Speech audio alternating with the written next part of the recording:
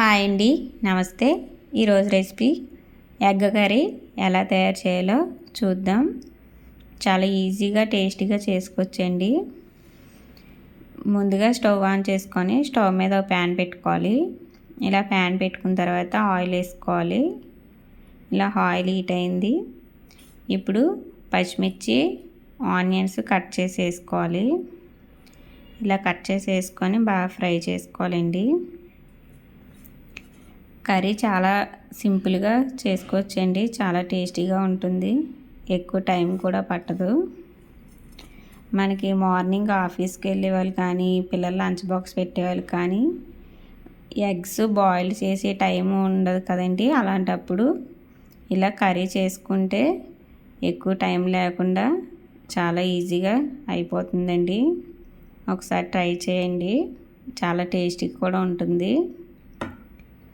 ఇలా ఫ్రై అయినాయి కదండి. ఇప్పుడు సాల్ట్ వేసుకున్నానండి. ఆనియన్స్ బాగా ఫ్రై అవ్వడానికి ఇలా సాల్ట్ వేసుకొని కలిపేసుకొని మళ్ళీ మూత పెట్టుకోవాలి.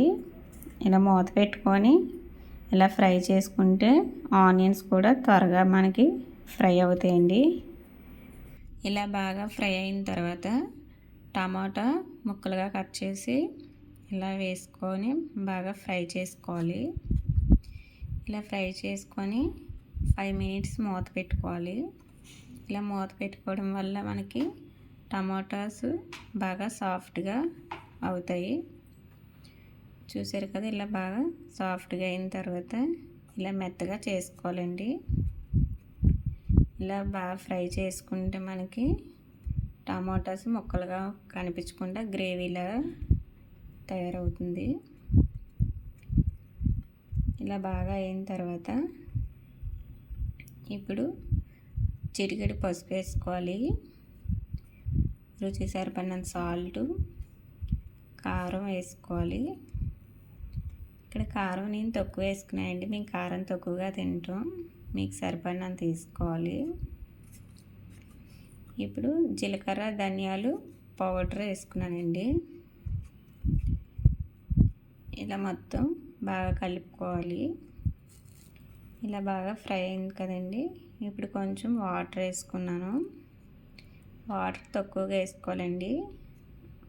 ఆనియన్స్ టమాటా ఉడకడానికి 5 మినిట్స్ ఇలా మూత పెట్టుకోవాలి.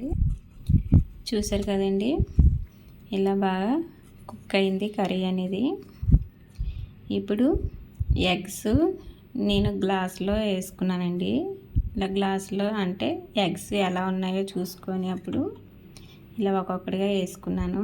ఒక్కోసారి ఎగ్స్ పాడవుతాయి కదండి. చూసుకోకుండా వేసుకుంటే మళ్ళీ కర్రీ అంతా వేస్ట్ అయిపోద్ది. అందుకే గ్లాసులో వేసుకొని ఎలా ఉన్నాయో చూసి అప్పుడు కర్రీలో వేసుకున్నాను. ఇలా మొత్తం వేసుకొని 2 మినిట్స్ మూత పెట్టుకొని ఇలా బాగా కుక్ చేసుకొని మళ్ళీ మిగతా సైడ్ కూడా వేసుకొని కొత్తిమీర వేసుకోవాలి. కొత్తిమీర వేసుకొని ఇలా 2 మినిట్స్ మూత పెట్టుకొని బాగా కుక్ చేసుకోవాలండి.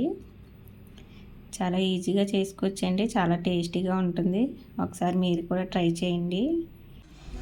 టేస్ట్ ఎలా వచ్చిందో కామెంట్ చేయండి.